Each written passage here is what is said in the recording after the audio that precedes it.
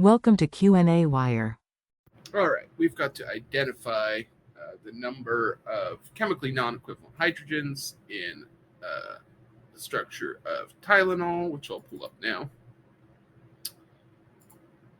It's very big, but that's fine. Shrink it down a little bit. Easier to work with. Okay. And there may be some tricky bits here, but that's okay. First of all, we can just see right off the bat that there's one hydrogen here and another one here, and that those are unique. What about, we've got 3 hydrogens here. They're all bound to the same carbon, so they're grouped together. None of these hydrogens are distinct from each other, but they're distinct from all other hydrogens in the molecule. So that's going to be our third set. If we call this 2, I don't know. All right, now we've got to look at this benzene ring. If we draw in the hydrogens and take a look, you may think that all 4 of these are distinct, but that's not true due to symmetry. So if this rotates about that bond or about that axis, hydrogens in red here are equivalent, and the hydrogens in green are also equivalent. So in fact, we have 4 and 5 chemically equivalent sets of hydrogens in Tylenol. Okay, let's upload Camphor.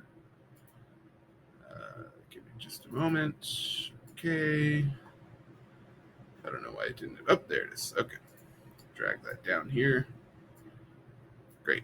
Okay, Camphor. Let's just start putting in the hydrogens. How about that? There's a couple hydrogens there. There's a hydrogen here. 2 here.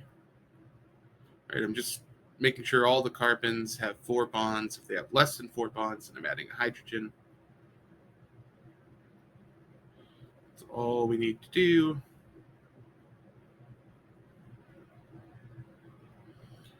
All right.